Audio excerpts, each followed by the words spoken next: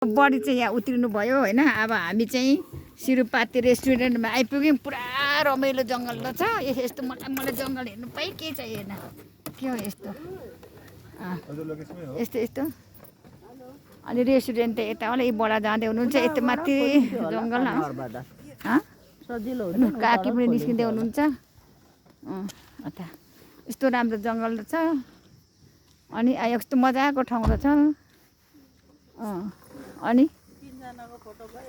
गइहालोस् ल गइहालोस् ल। भनेको गाडीको चिन्ता नगर भाइले।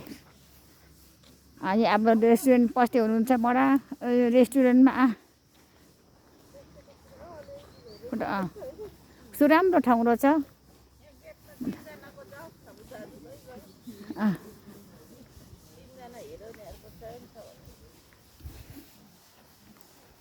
खोला यही माछा पाउने ठाउँ।